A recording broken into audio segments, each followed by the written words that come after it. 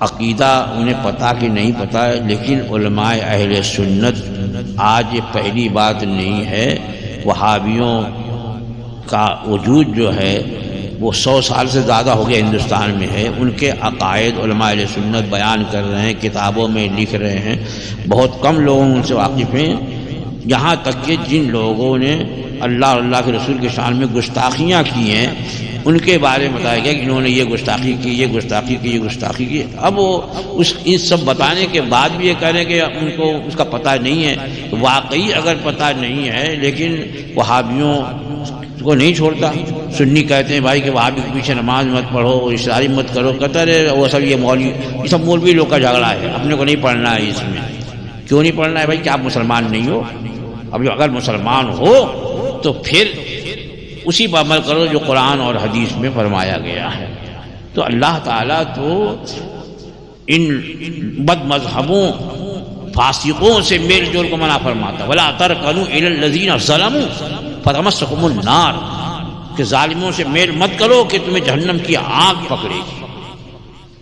یا یوں فرمایا بھائی مَن يُنْسِنَكَ الشَّيْطَانُ فَلَا تَقْعُدْ بَعْدَ الذِّكْرَىٰ مَعَ الْقَوْمِ الظَّالِمِينَ، کہ تمہیں شیطان نے بلا دیا تو یاد آنے پر ظالموں کے ساتھ مت بیٹھ۔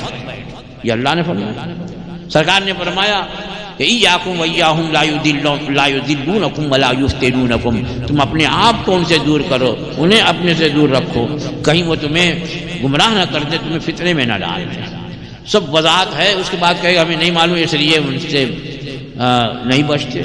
علماء نے خوب تشریح کر دی، تفصیل بتا دی۔ اب یہ کہنا صرف شیطانی بہلاوا ہے۔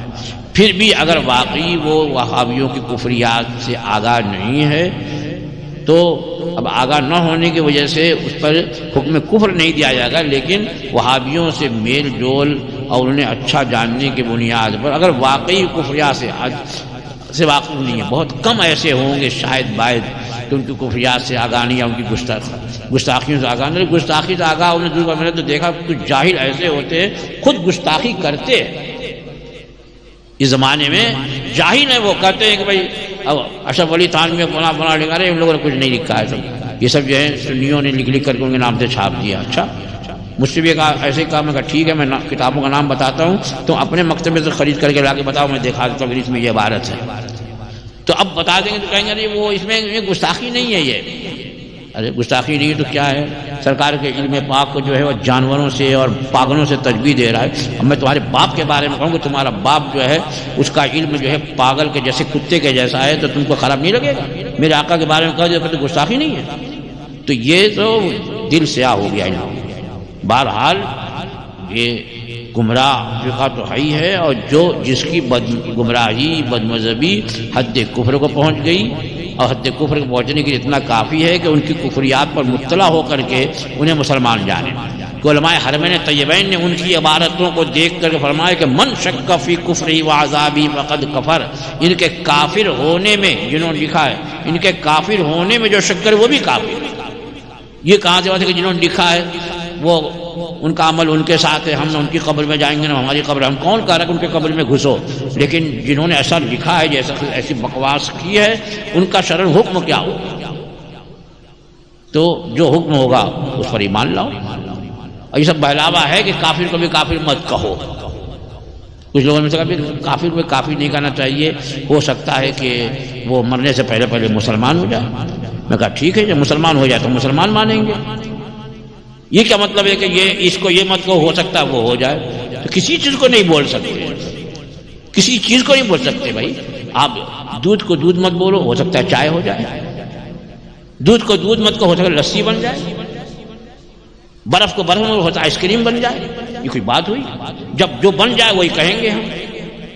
اب آپ گئے خریدنے کے لیے دودھ اور اس نے اٹھا کے چائے دے دیا تو آپ لے کے چلے جاؤ گے آنکھ بند کر کے کہ بھائی چائے تو بننی ہے، چلو لے لیا۔ دودھ نہیں صحیح، دودھ مانگا تو دودھ ہی دے گا۔ دودھ مانگنے کا دہی دے دیا اس نے، کہا ارے دودھ ہے کیا پتا کہ دہی ہو جاتا ہے، یہاں رکھے لہٰذا اسی کو لے جاؤ۔ یہاں تو نہیں ہوگا، پیسہ جا رہا ہے نا، وہاں خوب چھان پٹک کریں گے۔ اور عقیدے کا معاملے میں کافر کو کافر مت کہو۔ تو ٹھیک ہے، تم آپ سے پوچھا جائے کہ نہرو کیا ہے، کچھ نہیں بول سکتے۔ گاندھی کیا ہے، کچھ نہیں۔ اندرا گاندھی کیا، کچھ نہیں۔ سنجے گاندھی کیا، کچھ نہیں بولیں گے ہمیں۔ ہاں بھائی کیا کریں گے؟ مودی کیا ہے؟ ارے نہیں، ہو سکتا ہے ایمان لے آئے، جب ایمان لائے گا تو ہم اس کو مومن مانیں گے، اور نہیں ایمان لایا ویسے ہی مر گیا تو کافر ہی تمہارا۔